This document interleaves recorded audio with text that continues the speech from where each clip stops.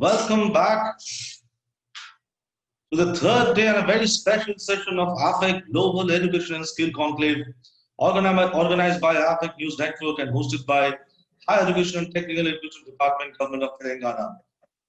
Now, we've got a very interesting and very enterprising session we have now. We have a session on emerging education leaders taking legacy to the next level, challenges and opportunities.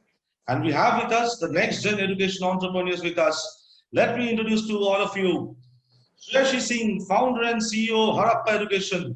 We welcome Shreyashi Singh. Thanks for joining us.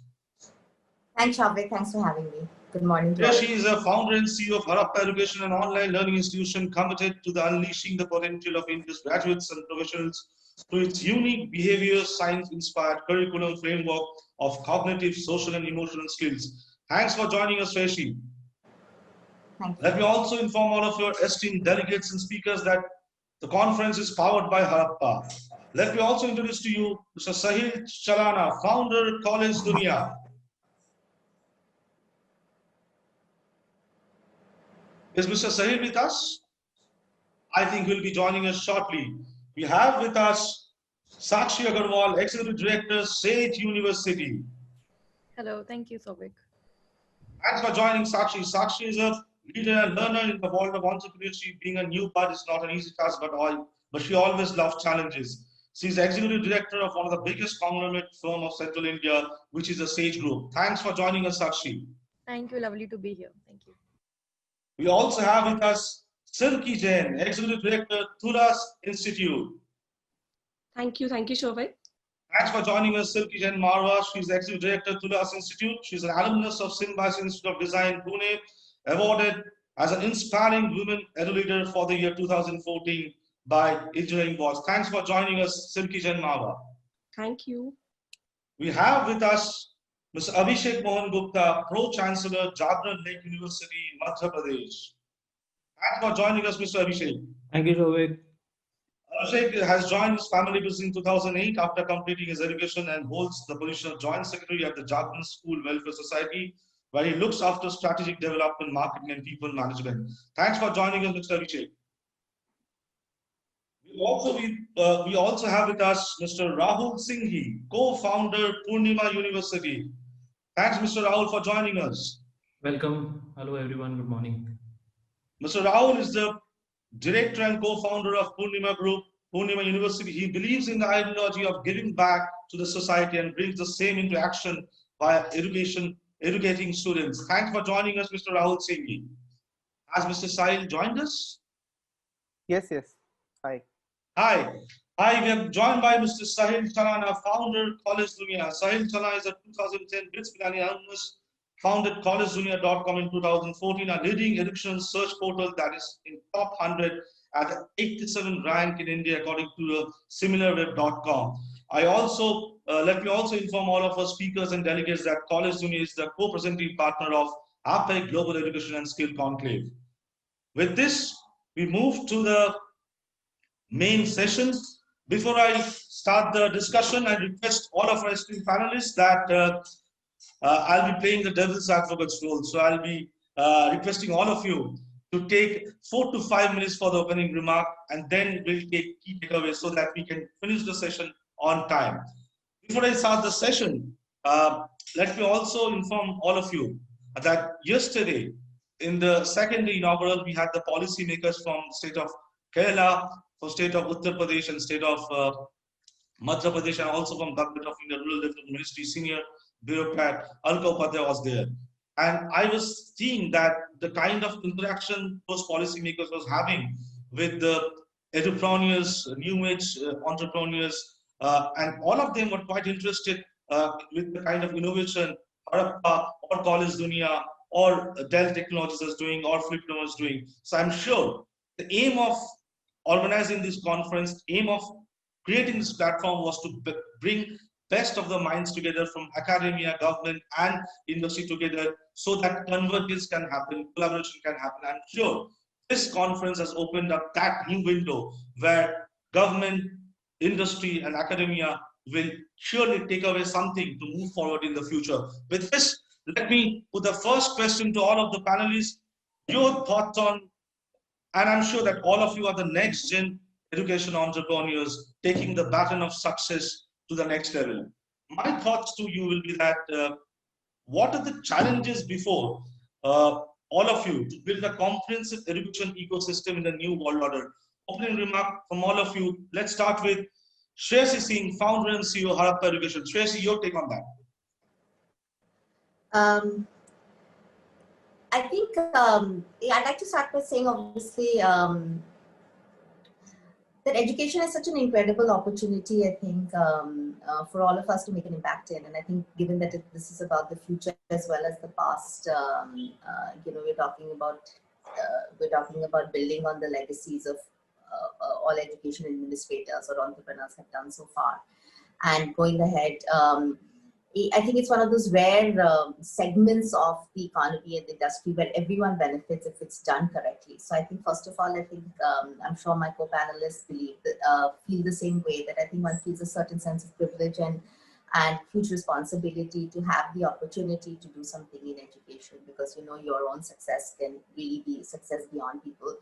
I think challenges, there are so many, and I'm sure there have been enough conversations around the macro challenges of India, whether it's a gross enrollment ratio, whether it's curriculum, whether how does innovation on curriculum happen, innovation on delivery happen, how does teacher training happen. So I think there is, and well, that's actually the exciting part for an entrepreneur like me, that I think entrepreneurs are excited about problems, and when you see a problem, you feel like you have a role to play here and you can do something. But in the context of Harappa, let me situate the challenges that I think in the context of what I'm doing and immediately facing.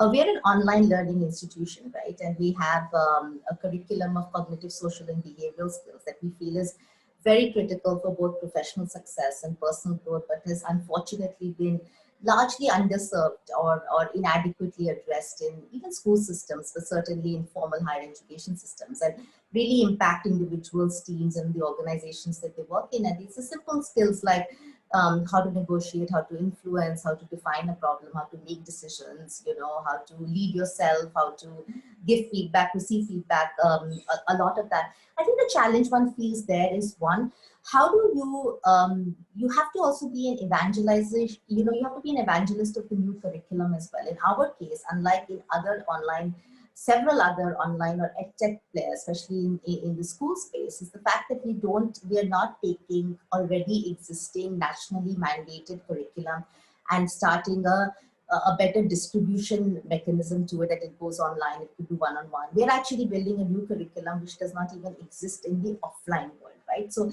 I think there's an innovation in curriculum, and that innovation in curriculum also needs to be evangelized. So I think, for one, our first challenge is, and some of these skills are difficult to immediately be able to describe the learning outcomes of, or even tell the learners that how do you take a moment to think, hey, I'm a better critical thinker now, or I'm a better negotiator now. So there's a lot of actually science, there's a lot of assessment science.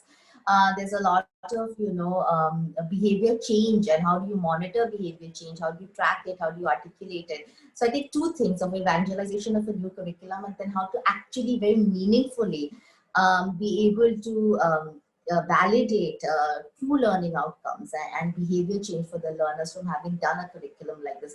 I think those two are big challenges. I think both of them are a combination of messaging, marketing, outreach, as well as a lot of learning sciences and being able to do that. I think that the third challenge from an online learning perspective certainly is that I think as online educators, we have to have a lot of empathy for both online educators as well as faculty, teachers, whatever, as well as online learners. We're all really the first generation of online learners or online educators in the world. And the fact is that things are just beginning to happen.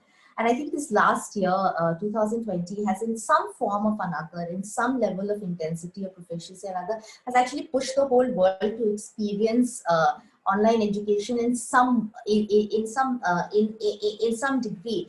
My worry is that for a lot of people, that was obviously often a disillusioning or an underwhelming experience, because we're using meeting software like Zoom to do classrooms. It was not built for that purpose, right? And we all had to sort of innovate overnight. Every school teacher, every higher education faculty, student learner had to innovate overnight and get something going. But I think the other thing that I certainly would is a challenge is to make people realize that you're really at the ground floor of starting of this new civilization, as we are called, Harappa.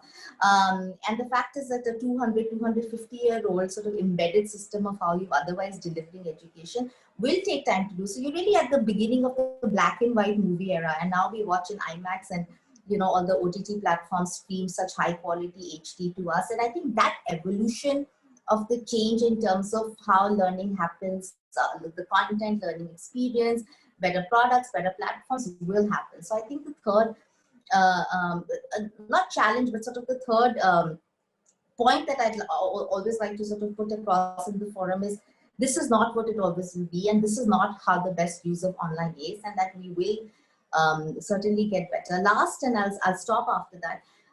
I think always in education, and I think this is not a problem that is difference between online or offline.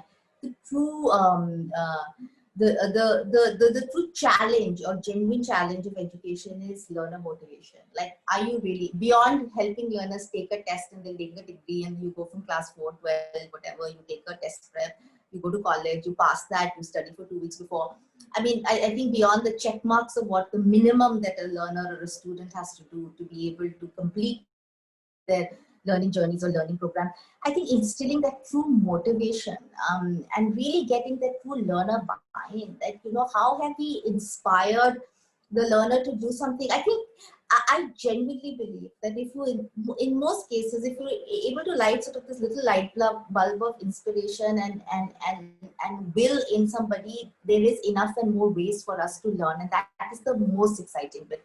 And there is so much, but we don't speak. I think we speak even in EdTech or in online learning so much about the use of technology. Really, the unsolved challenge continues to be who loves to learn, right? And how do we ensure that they love to learn? And how do we build? Otherwise, all of these unemployability issues of after people having completed 16 years of education, 4 years of bachelor's, 2 years of master's, I think it's a travesty and a huge tragedy that after that, somebody like that who has spent 20 years studying should be told that you're unemployable and you know nothing, right? And you know nothing because really you've just gone through the motions, but you haven't really learned because you have not been inspired to learn and to know that you can learn and can do much better. So I think for me, that remains really the biggest job, because I think if you can do that, people can learn anything they want to. They have enough and more. Access is not an issue anymore. You're on mute, Shavik. Yes, Shavik, I can't get, Shavik, you're on mute. Yeah, sorry again. So that's the problem using technology, as you were saying. I think taking you from what you said, you've touched upon very important points. That one thing is that how much innovation you are doing in the curriculum, be it online or offline. That's quite important, and there is incredible opportunity for the Indian education sector. But what you have ended with, that how much you're inspiring a student to learn actually. It's not about that bookish learning we're talking about. It's about learning of life so that you can excel in life. And that's where the employability and unemployability shouldn't also come. Unless you are inspired to learn something, you can have degree, you can have diploma, but you cannot excel in life. That is quite important. And I'm sure Harappa is making a difference in that sector, going true by its name, because we know what Harappa actually stands for. Was a pioneer in education so many centuries before. I'm sure the Harappa is also trying to do that in the present scenario with their online offering. Thank you so much, Shreshi. I'll come back to you. Let me go to Mr. Sahil Talar, founder of College Dunia. Mr. Sahil, Shreshi just talked about some important points regarding the challenges before the next gen entrepreneurs. I'll ask you, what about converting those challenges into opportunities? Your take on that. Sahil, if you can unmute yourself, yeah. Perfect. So I'll combine both how do you convert challenges into opportunities, as well as our vision of collegedunia.com, wherein, how do we combine both of them? How do we push a lot of the edupreneurs here, a lot of people are leading very high quality universities. We have them as partners in the panel as well. How do we push? What is our long-term vision? So we started College Dunia in 2014 with one simple mission: to find the best college which a student deserves. So let's say, we want to help them with content, with counseling, with everything possible to ensure that they find the best college, come what may, according to their percentage, obviously. Now, when we entered, we found that colleges were investing a lot in banners, hoardings, and there was actual investment which should happen in the placements or the curriculum, which, as Shreyasi was saying, was absent. Which is why you in the last 6 years have seen a lot of engineering and management colleges shut down. Now, we at College Dunia saw ourselves as a catalyst of change, wherein we put in front of the student about his options. So we were the first website to start college reviews.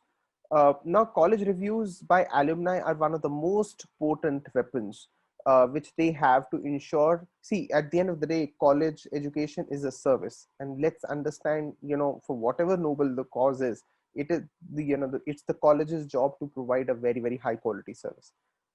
Let's remember what TripAdvisor has done to the overall hotel industry. It is a game changer to the hotel industry in terms of the average quality of hotel service. From 2002 to 2020, there is a dramatic shift because everybody wants to be very highly rated on TripAdvisor.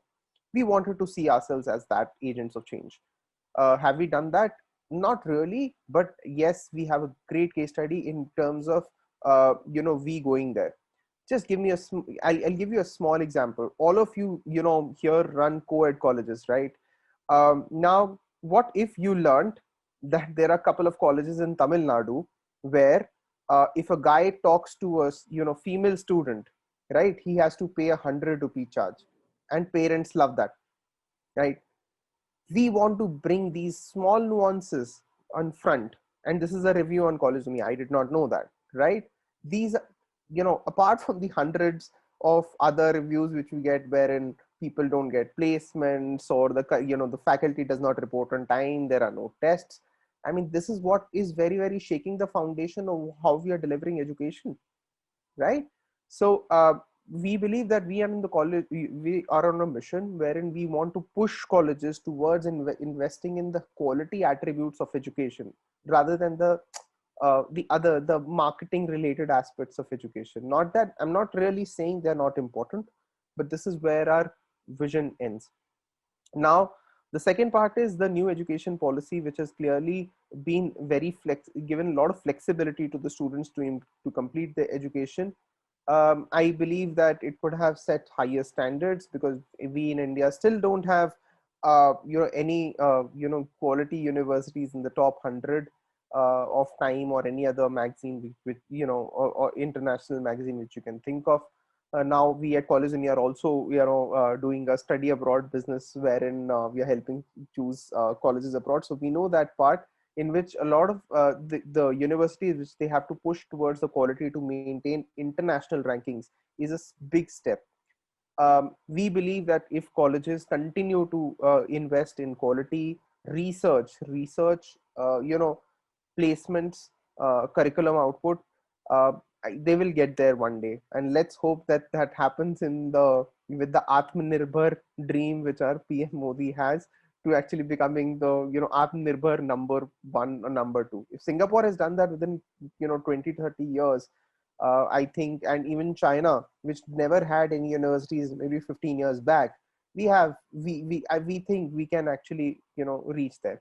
And the last point which I want to say is basically, what I really loved Shreyasi emphasizing on the part that the curriculum focus they have.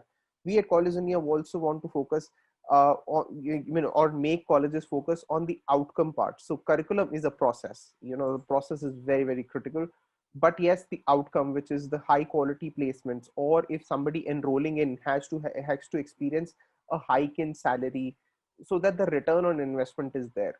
And let's not ignore that let's remember that the event, education can have any change on you. You have to make more money tomorrow than you were.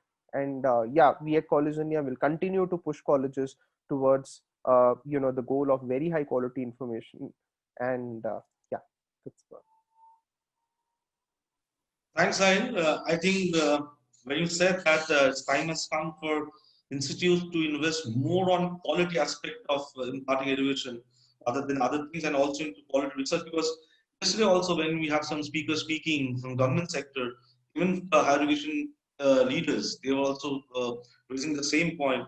The point is quite simple, that we need to invest more in the research aspect if we have to take our country to the next level. And also investing not only money, but time and everything to the quality aspect of institutes rather than the other things. That can also be done, but this is the most important thing. And I think College Dunia is trying to play the role of facilitator in that for students and institutes. And I think many more success will be there for College Dunia in coming years or so. Thank you, Souvik. We'll come back to you, Sahil, with this. Let me move to Silky Jain, Executive Director, Tulas Institute. Silky, your take on the challenges for the next gen education entrepreneurs. Your take on that. So thank you. It's been amazing to listening to the panelists here. So I was more intrigued. I didn't know it's my chance. Anyway, so I think good morning, everyone. So I'm Silky Jain Marwa, the Executive Director of Tulas Institute. We are a Dehradun-based colleges and schools here. So I think the topic of today is very, very interesting. I think it's the first in a decade. I'm actually talking about something about the second generation entrepreneurship. And yes, I somewhere feel that the first thing what we kind of entrepreneurs are actually taking ahead is the legacy of what our fathers or forefathers have actually created. So it's very, very important today to first understand that what legacy we are taking ahead is the foundation which was laid, I don't know, for each one of you, maybe 10 years back, 20 years back. So we are actually entering into a new world, but we have to adapt the legacy which was on which the organizations were laid. And now we have to adapt new changes and enter into the new world. So what I feel here is, I think if we take our foundation as a botheration, as something which is a force thing on us, I think we will never be able to take our brand name ahead. So for me, of course, the foundation on which the values of your organization has been laid. So Tulas came into existence almost like 15 years back into education. And that time, my father, Sunil Kumar Jain, has his vision that I think discipline, proper degree, like what I think Sahil was telling about the South, I think I face a similar challenge that the girls and boys cannot sit together, they can't talk together, though being a co-ed education system. I, coming from Symbiosis, then also having some kind of certification from Oxford, was a kind of a different world where I had entered when I came into Dehradun. And I was like, oh shit, what exactly are we doing here? So I think in India, though we are changing the education policy and everything is happening, every state is again a different world, what I see here. South, North, middle, or maybe East, West, everyone has a different challenge. And we as entrepreneurs in this world, we do not have any reference book that we can actually go back and check that we are coming up with this kind of a problem, or what is the solution for that. So I think the time is now very unique.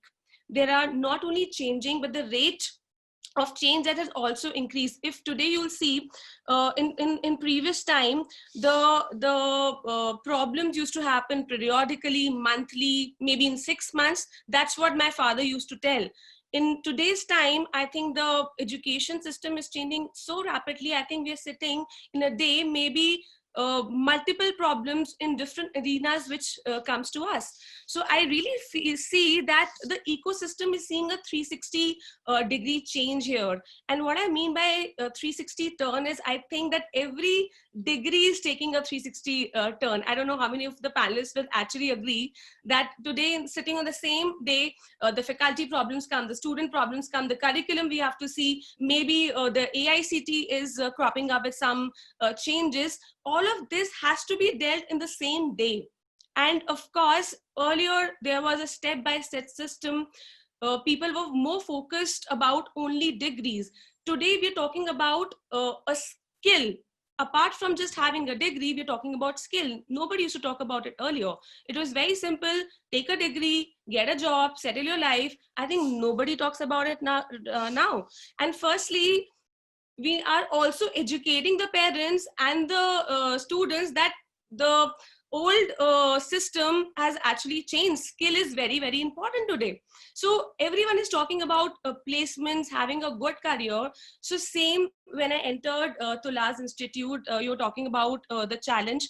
So for me, in this state, I think people have a mindset that government jobs are the best jobs.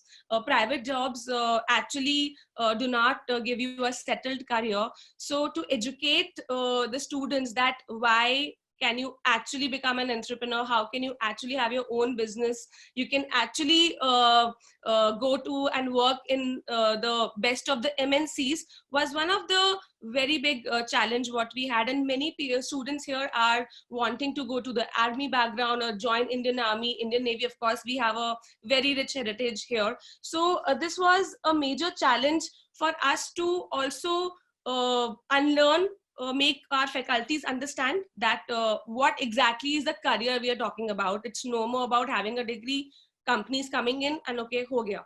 We have to skill our students, and for that, first of all, the faculties have to be that much skilled. It's not just the students. So we took a lot of initiatives with a lot of MNCs getting on board, and of course, training the faculties first on those skills and then the students. And secondly, I really feel that today's time exposure matters a lot. And that's what Tulaz has been constantly focusing on, that we really feel that the student should get the right job. Maybe an engineer wants to really have a career in modeling, or an actor. Earlier, they had to drop out. They had to find their own way, that if I've entered into a BTech, I cannot be an actor. But I think Tulaz is giving that kind of a platform today, that it's again a very holistic approach. Time has changed. We have to see everything from a very aerial view.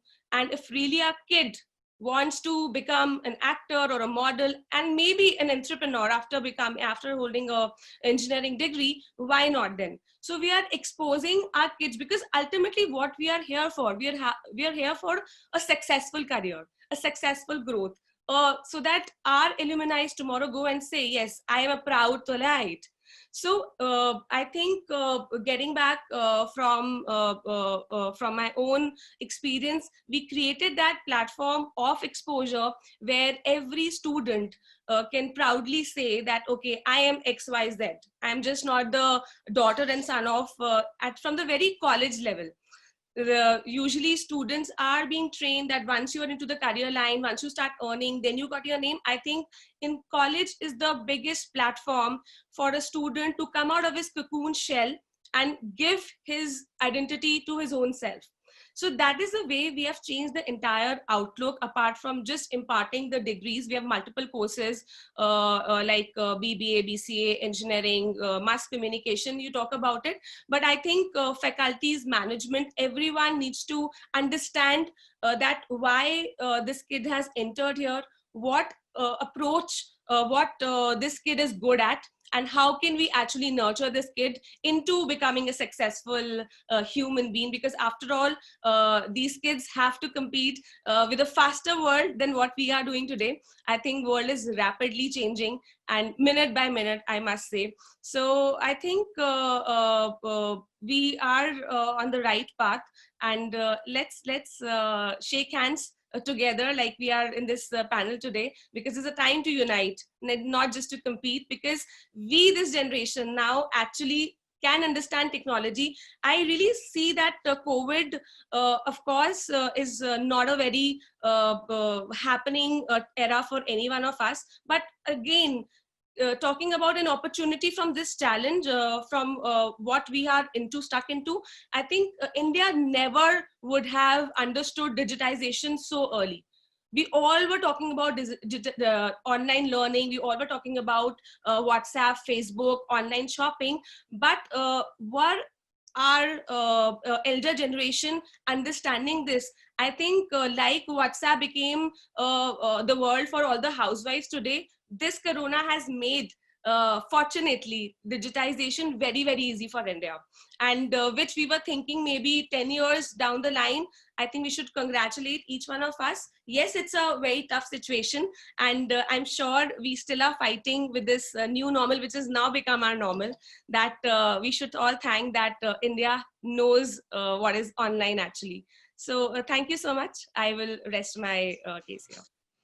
Sulkij and Marwa, for telling a very important part. One is that we need to focus on skill, not only of skilling of student, but also the faculty. And that's where focus should be. And also it's a time to unite rather than compete with each other. Build up that comprehensive ecosystem, that spectrum of education, quality education. Because I think no matter we talk about digitization and everything, we also have to keep in mind how accessible that education is to the masses. I think that's where we all have to come together and shake hands and move into the right direction. I think we'll surely move into that direction. With this, let me introduce to all of you Sakshi Agarwal, Executive Director, State University. Sakshi, your take on the challenges of being the next gen entrepreneur. Hi, Souvik, and thank you so much for having me at APEC, and thank you to Telangana government also. And a very good morning to all the other panelists. It has been an immense pleasure to be here today and talk to you all. This is a good thing that before lockdown, I was not used to all of this, but as soon as March came, there was like so many webinars and everything, and I have met a lot of you all before in a lot of panel discussions. So like you asked about the challenges of a next gen, I think the biggest challenge is that we have to adapt very quickly. You know, it's like our parents have said brick by brick by brick, but we do have to jump on a running train. So that way, I think we are very fortunate also that not everybody gets this chance. And now that you have gone on the train, you have decided to be on the train, you just have to get it to the destination and enjoy the journey along the way. Keeping in mind the challenges of education industry, I was going through some articles and I saw, and of course, we all are very aware about this, that GER is very low in India. It's about just 26, 27%. So more than 70% of students don't opt to be in universities. Now that's a very concerning issue. That why is that happening? Because of dropouts or because of people not aware about all of this, or they have some other priorities instead of education. And how can we manage that? And I think, you know, to increase the GER, we actually, all of the former panelists that have told that we have to increase the quality of education here. We have to, how will that increase? You know, you have to provide the good infrastructure for teachers to work in. We have to improve the quality of teachers also. Teaching in itself is a very noble career choice, and it should be given that proper stance in the education industry as other, you know, like IAS, IPS, all of these have been given. You know, it's an honor to be an IAS. It should be an honor to be a professor or teacher in the education industry. And such training sessions, such professional development sessions should happen from the center and state. Of course, we do it at the university level. We have a bi-monthly training program for all our faculty members on both the aspects, the behavioral part and the technical aspect of their job. Apart from this, I think, and I hope that because of NEP 2020, we do achieve that vision of 50% GER by 2035. I hope that really happens, and it will happen if there is a good implementation of the policy. Second thing I personally think is because I do have experience of the Indian education. I myself have done BBA from Narsee Monjee, Bombay, and then I went to Singapore for my master's from Singapore Management University. I have done few online courses also from Harvard University, where their HBA course and a lot of international education also. So, you know, when we compare, uh, it's about providing practical knowledge of a subject to that student, you know, through case studies or through experiments or through visits. And I think if we can include that, you know, we can bridge the gap between academia and industry that you said and in your introduction. This education industry and all the universities can go a long way. With Sage University, if I tell you, we have done a few tie-ups to aid us in this process. We have done tie-ups with Harvard Business School online, for all our faculty members, our alumni and our students. We have done tie-ups with Association of Certified Chartered Accountants, ACA UK, IIT Delhi, IIT Bombay, MHRD's Advancement Cell, and many more. With the industry tie-up like TSS Mumbai, Red Hat, White Technologies, Apple, Industrial, all of these, with the combined knowledge of the theory, will aid in the skill development. And I think that is very necessary to have a very practical approach to learning also. The third thing that I want to say is that all of us, all the universities, if you see, there I think from age 5 to 24, it's about 50 crore people are there in India. And how many opted to come to the universities? Approximately 4 cr, only 4 crore. Like, you can see that there is no dearth of students out there. It's about the quality that you're giving them. So it's not that competition among universities, but it's about competition with yourself, and how well can you be, because there is no limited target market. It's not that if I get this, if there are good universities, there will be good students, there will be international students, because India ranks very low in getting the international students, just about few thousands, whereas in China it's 3 lakh. It's even less in Singapore. In Singapore, it's 45,000 per year, and in India, I think it's 25 to 35,000. But that's the case. It's about how can we improve each other, right? How can we improve ourselves? How can we improve each other, so that the development of students can happen and they can be a better, more responsible citizen, and can have a brighter future. So I think these 3 points, if we really focus on, we can have a very well formulated system to grow and grow together. Thank you. And Sakshi, you raised an important point of how quickly we are adapting to change.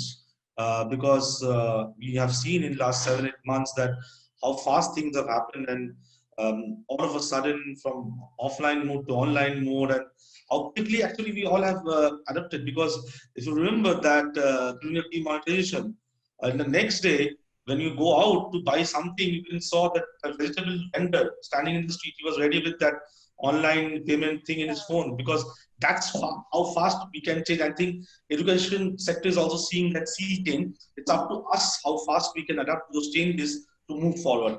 Thanks, Sakshi, for raising that point. With this, let me move to Abhishek Mohan Gupta, Pro-Chancellor, Governor Lakeside University, Madhya Pradesh.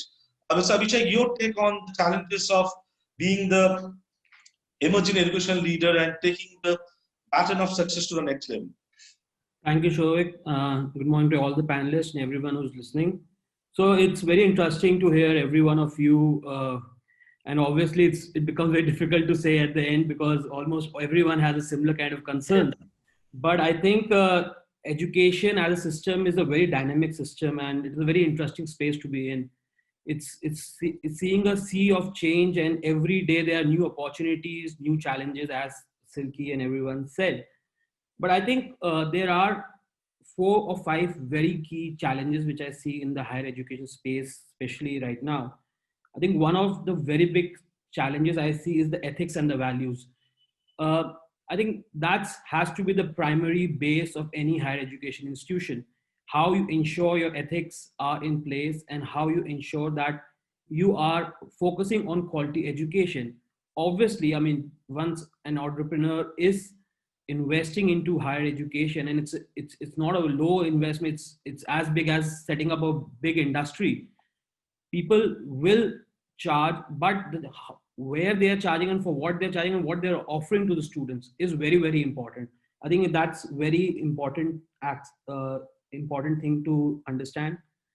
Also, I personally believe that education, good quality education, cannot be for the selected strata of the society. It has to have access to people lower down, and it's very important.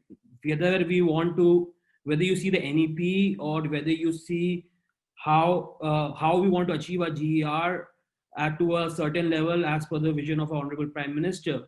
Till the time we don't have quality education access to the lower strata, I don't think we'll be able to reach to those levels.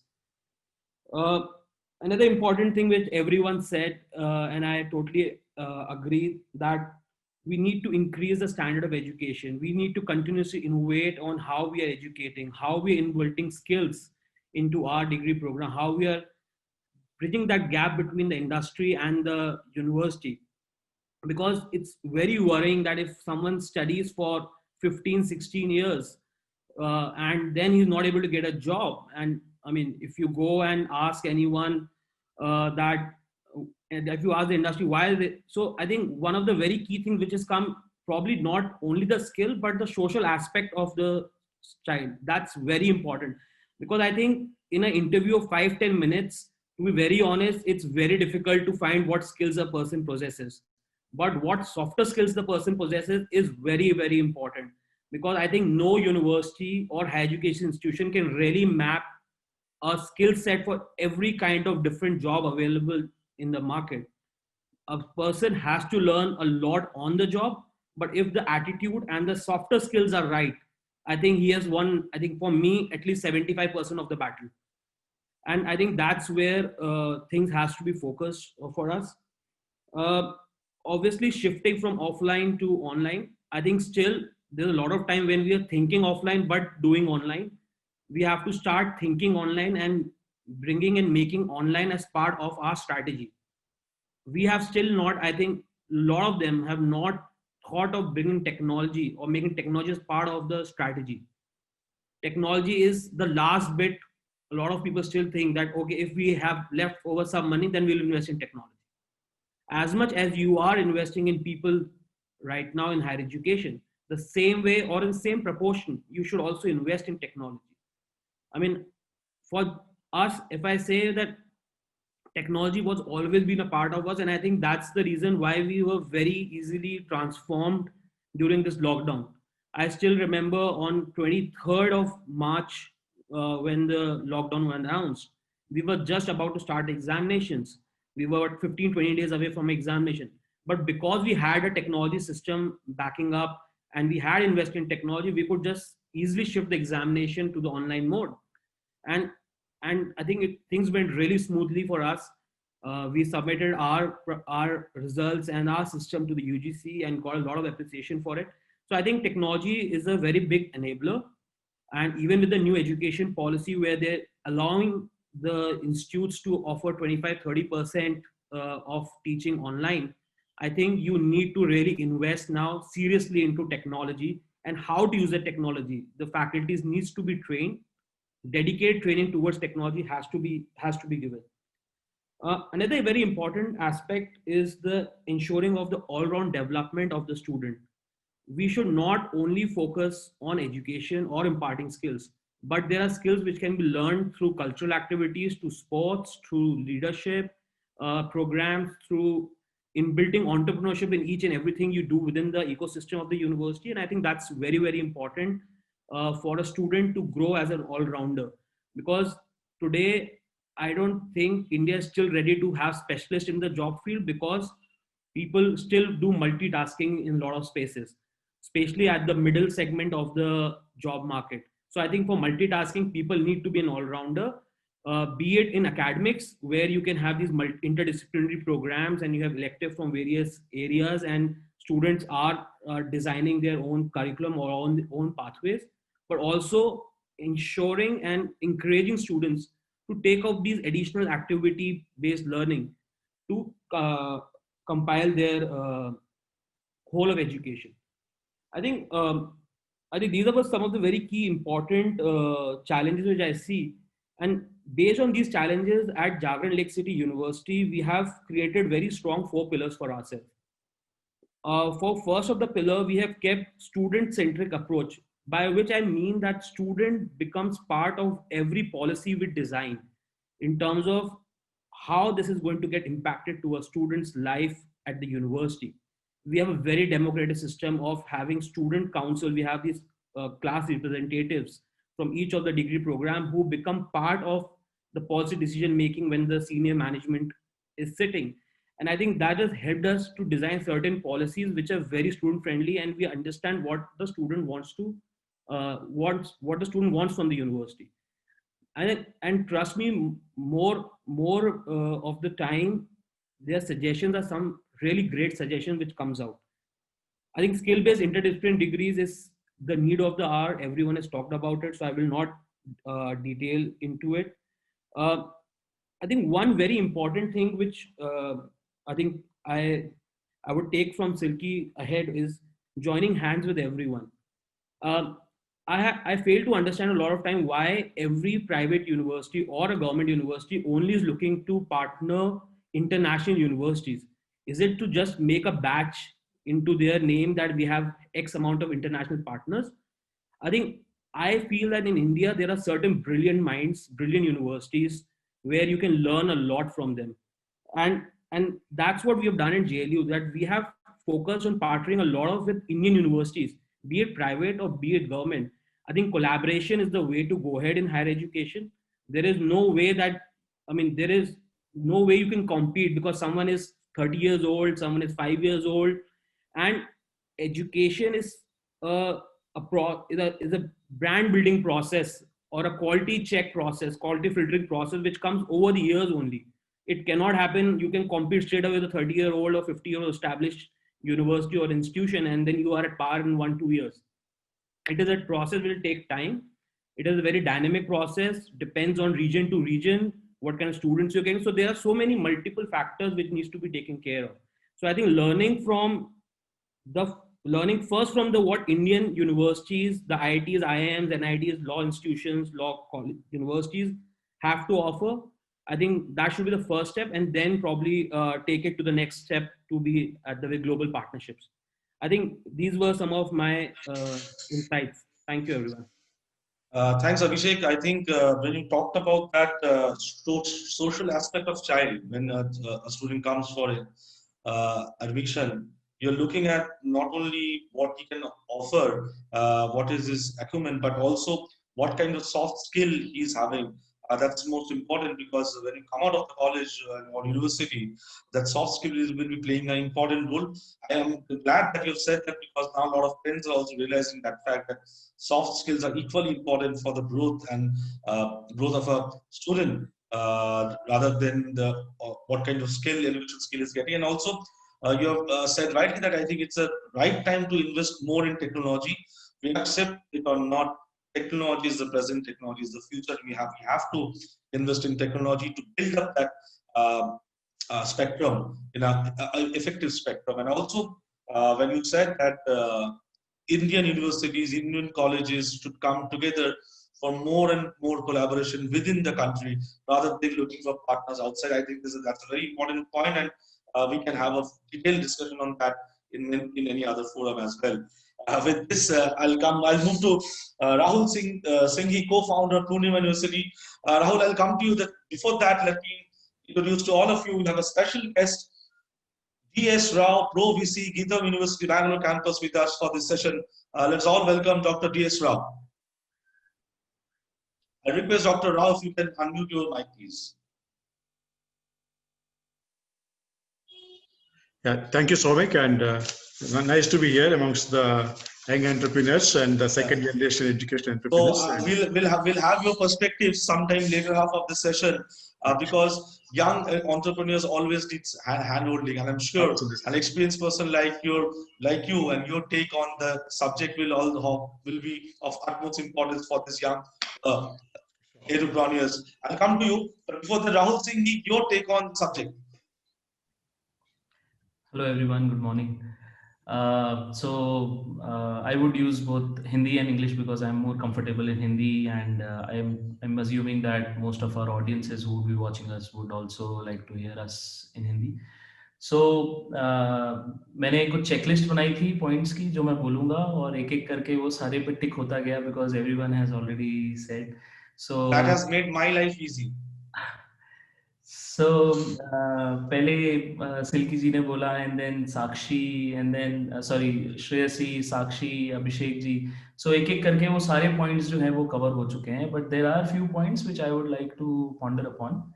So the first challenge, so to say, I mean, challenges are very normal. It is part of our routine life. It is day-to-day thing that we do.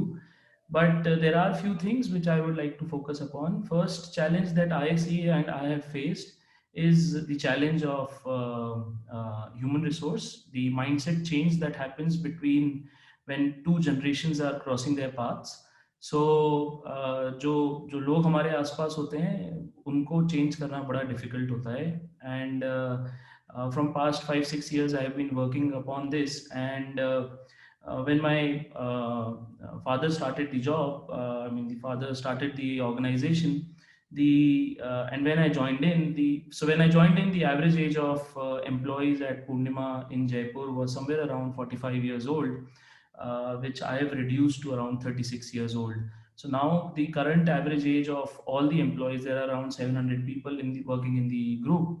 So average age is reduced to around 36 years, which has helped me a lot. Second thing which I would like to focus upon is that I think it's my personal opinion that education is over-regulated. It is, I mean, it is not required, but now even the governments are after the private universities. The reason why we left private colleges and entered into universities, and now the universities are also going to be regulated. So I mean that's my personal take, that education is highly over-regulated. I'll just quote two examples. First example is that the entry is comparatively easy, exit is very difficult. So if you want to move out, there are a lot of challenges of moving out. It is not as easy as any industry the exit is. As already point taken by the most of the co-panelists about skills, the challenge I would see here is that in the regulated environment, the at one point of time skill is required, but on the other hand, the qualifications matter and skill doesn't matter as per the government policies, because they say that PhD is important, or masters is important, or bachelor's is important. Whereas I take almost 200 to 300 interviews in a span of a week. We experience that the younger generation is much more tech savvy, and of course they are more I mean, if I talk about the conceptual knowledge, so conceptual knowledge में भी जो हमारे यहाँ पे PhD के interviews करने आते हैं या देने आते हैं, जो PhD करे हुए लोग होते हैं, उनका कंसेप्चुअल बहुत वीक होता है, जिसकी वजह से हम लोग को यंग जनरेशन वाले जो लोग हैं, मास्टर्स, फ्रेशर्स, उनको रिक्रूटमेंट करना पड़ता है. और उनको जब हम रिक्रूट करते हैं तो गवर्नमेंट उसको एक्सेप्ट नहीं करती, बिकॉज गवर्नमेंट को PhD ही चाहिए और एक सर्टेन रेशियो में चाहिए. इवन जो AICT का रूल है, जिसमें अगर आपका 60 का इंटेक है तो आपका 1:20 के अगेंस्ट में कुछ सर्टेन रेशियो में प्रोफेसर्स होने चाहिए. बट आज की सिचुएशन में 60 के इंटेक में 20 एडमिशन हो रहे हैं, उसके बाद में भी हमको 60 के हिसाब से फैकल्टीज दिखानी पड़ती हैं. तो I feel that it is not required. And other than that, I think most of the points are already covered, so I won't take more of the time and would rest my thoughts here. Thank you. Thanks, Rahul. I think you have talked about a very practical challenge which you and similar people like you are facing, that is the over-regulated education sector, and the criteria what the government needs, and how those gap is still there, and those gap needs to be bridged as soon as possible. I'm sure national education policy, when it is implemented in its full spirit, all those gaps will be fulfilled. And I think more and more academia and government interaction is needed to brainstorm on those filling of those gaps. A very important point you have raised, Rahul Singhi. I'll come back to all the speakers because I'll come back to you, all of you, to take your perspective on a different subject, though aligned with this topic of this session. But before that, we heard all of you, the young leaders. Let's take a veteran's view on what he's thinking on taking legacy to the next level of emerging education leaders, challenges, opportunities, because he's representing Geetham University, Bangalore campus, Dr. S. Rao, Pro VC. Thanks for joining us, Dr. Rao. I'll request you that if you can kindly shed some light on your views on this particular topic within 3 to 4 minutes. Thanks, Souvik. Nice to be here. I had little difficulties, as Rahul was saying. The veterans have problems with the technology, and but we are not that bad. Nothing personal, sir. When I graduated from RSC Warangal, there was no PC, and you guys are internet generation, right? So. But we are catching up, and we are trying to be in pace with all you guys. Just talk about Geetham and the legacy part of it. I know it's a 40-year-old education institute established in 1980 by Dr. M.U.S. Murthy. It started off as an engineering college. Spent about 27 years being an engineering college. Did a good job of it, and sometime around 2007, it was recognized as a center of excellence, and then it was made into a deemed to be university. And then subsequently, we had gone for a NAC accreditation, and we got the highest possible NAC accreditation, which is at A+ grade. And today, it's a Category 1 university, and it's an NIRF at 72 rank, all India. So this is all the achievement of our the founder, and there's a legacy that. Unfortunately, the founder passed away in an accident in the US a couple of years back, and his grandson, not his son, his grandson took over as the president of the Geetham University. That is Sri Bharat, who is a graduate from Stanford University and undergrad from Purdue. So last couple of years, I joined about very recently. I was with Amity University earlier. So how do you take this legacy of such an excellent legacy forward, and what is it that you can aspire for being an education institution of 40 years? And Sahil has mentioned that after so many years of having great institutions in the country, starting with Indian Institute of Science, IITs, and the great 100+ public universities. None of our universities are in the top 100 across, either you take the Times Higher Education or any of the rankings, the QS rankings and other stuff. Right? So we set out ourselves that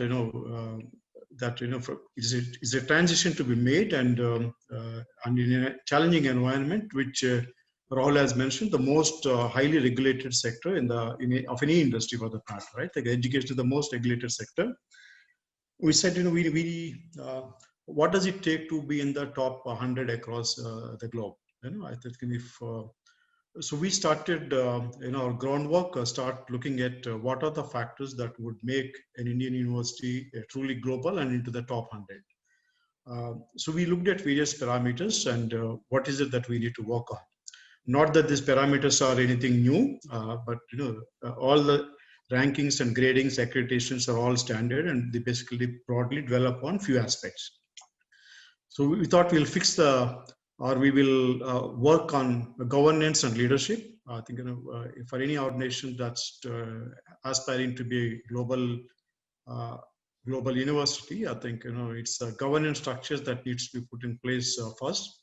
With the transparency, meritocracy, and the values. Our name is Gandhi. Carries Gandhi in its surname, right? We thought we will have the Gandhian values as our guiding principle for taking the institute forward. So we have initiated. We work on improving the governance structures in the university. And the second aspect is the research aspect. I think we said We have been a great teaching institution. I think it's time now for us to start focusing on research. Research would mean huge investments, setting up the centers of excellence and the centers of research. The government funding is mostly focused in the government universities, not in the private education sector. So with the resources that are generated internally, how do we start funding the research activities? And research means quality faculty members. If you're just aspiring to be a good teaching institute, it's fine. But if you want to be a global university, research and creation of the knowledge, creation of the new technologies and new innovations becomes a primary force. We said that's one major aspect that we would start focusing on over the next 10, 15, 20 years. The second aspect that we took up was entrepreneurship development. In fact, I'm happy to see so many entrepreneurs around here. But instead of just producing the people who would look for jobs, how about creating hundreds of entrepreneurs? We brought in entrepreneurship as part of the structure and curriculum. We tied up with Northeastern University, which is focused on entrepreneurship. We've taken their help to set up a venture development cell, a incubation cell, and we started building entrepreneurship into the curriculum from the first year onwards, so that over the next 3, 4, 5 years, that we'll have certain organizations coming out of Geetham. We looked at diversity. We being a Southern India focused university, Visakhapatnam, Hyderabad, and Bangalore. I think the student base is very homogeneous, very localized. So we said we need to move out of that and have at least a national presence. We have started attracting certain international students as well from the Middle Eastern and African markets for the time being. But I said we had to globalize the university, start looking at diversity of the students and the faculty members if our aspirations are so high. So we also have to be focused on outreach. Dr. Rao, if you don't mind, I request you to kindly wrap it up in a minute or so, because we have just 30 seconds. Yeah, that will be great. Yeah, so and in fact we also tied up with we had initial work with Harappa and focused on training our faculty members. If we the basic resource of any university is the faculty members. We thought just the changing times and the digital aspects and all, we had taken the help from Harappa, and we will continue doing that. And the culture and environment is what we would, it's a long-term thing. There's a saying that culture eats a strategy for breakfast, so you can have a great strategy in place, but if you don't have the right culture in place, all your aspirations will not happen. So we are focused on improving our culture. I think these are few lessons that we have learned and a few areas which we'll be focusing on for the next couple of decades. And education is a marathon. It's not a sprint. Thank you very much for your time. Thank you, Dr. S. Rao, Pro VC, Geetham University Bangalore campus, for raising some very important point and the legacy of Geetham University and how they're going forward. But I don't have much time because we have to wrap this session. But before we end the session, let me take 1 minute of yours, and let me ask again one by one to Shreyashi, founder and CEO Harappa Education. Shreyashi, how exciting and important it is to be the second generation, next generation emerging education leader. You all are taking the education to the next level. How exciting to be living in the present time now. So I think one, I first must sort of fix the, I'm a first generation entrepreneur. Harappa is just 2.5 years old. My co-founder and I are both professional entrepreneurs and, not related. So I think maybe I found my way into the wrong panel, but it's exciting to be with, anyone interested in education. It's wonderful to see Dr. Rao. We've done some great work at Geetham and feel very good about it, and hope to continue to work on giving cognitive, social, and behavioral skills to faculty as well, which has been a great demand. Of course, it's very exciting. I mean, what's not to be excited by? There is just so much innovation. I think we're an online first learning institution. So in our case, the opportunity and the changing behaviors and just how much there needs to be done is so exciting. And I think there really is an opportunity that all of us have. I think wherever we are and whatever we are doing and whatever the trajectory of the institutions that we lead are at, I think there is a lot of improvement, there is a lot of innovation, and there is a lot of new to do and old to fix. So extremely excited, and more importantly, optimistic. I think I think in 10 years, things can look very different. And I think, sometimes things change at the tipping point in a very massive way. And I think we're at that point in education in India. So excited, optimistic, and determined. That's wonderful. Shreshti Singh, founder and CEO, Harappa Education. Exciting times, and it's also very optimistic. It's good to hear that the young entrepreneur Shreshti is so hopeful and optimistic about the future of education scenario in India. Thanks a lot. Sahil Chalana, founder, College Dunia. Your take on that? How exciting to be an entrepreneur now, education entrepreneur now. So it's a very exciting time to be an entrepreneur, especially because, as an entrepreneur, you now have to innovate every day. So let's remember what happened to Nokia or the film, the Kodak film, which we think of. I'm very sure, teaching as we know, with the unacademies of the world is going to be very centralized. So, there is a big threat to, all the teachers, because the star teachers are going to dominate the next 10 years, and it is a big threat, especially to the coaching industry. Likewise, we at College Dunia also have to ensure that we are at the forefront of innovation. And this is and it is very exciting to see very, very nice faces, people, we've known some partners like Sage, Purnima for such a long time, Sir at Geetham have been doing a phenomenal role. And so yeah, we together have to push the whole industry towards very high quality innovation. Let's hope that we see some top universities in the top 20. Let's see how it goes.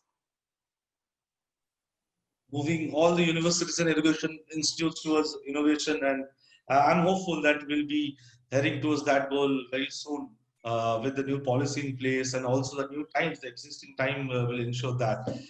Before I move to other speakers, let me also inform all of you that we have been joined by a special guest who will be delivering a keynote address in the session after this. Let me introduce and welcome Dr. M.P. Punia, Vice Chairman, AICT. He has joined with us. We welcome Dr. Punia. He'll be delivering the keynote address right after this session. So let me go back quickly to Sakshi Agarwal. Sakshi, your take on how exciting times these are to live in now. I think, Shouvik, we are the lucky ones who get to be here when the disruption happened.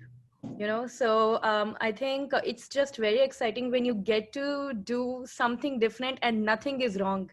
Nothing is out of bounds. You go, you get it, and you try to just develop that mindset in everyone who have been working in a set path for so many years. And they all are very active. Everyone is very okay with changing right now because they know that is the need of the hour. And for all of us also, I know a lot of universities have adapted very well. College Dunia has given us a good platform to showcase ourselves to all the brilliant students out there. And that's the core part of it. When things come together, good things come out as a result. So thank you so much for inviting me here, and thank you so much for other panelists to have such a healthy, good discussion on the major challenges and opportunities that lie in the education industry. Thank you. Thanks, Sakshi. Silky, your take on that. Silky Janmarwa. Yeah, so I think again, how excited you are. So I am a very happy-go-lucky person, and I think I'm blessed, and I would be very thankful to my father for putting me into education. So I always say to all my students, I think they're my friends, and life is very, very exciting because being into school and the college education, we deal with an age group of 10 to 24. I think that's a very, very exciting age. And I always say that I haven't enjoyed my life so much when I was into my college like I'm enjoying today. Every day is a new day.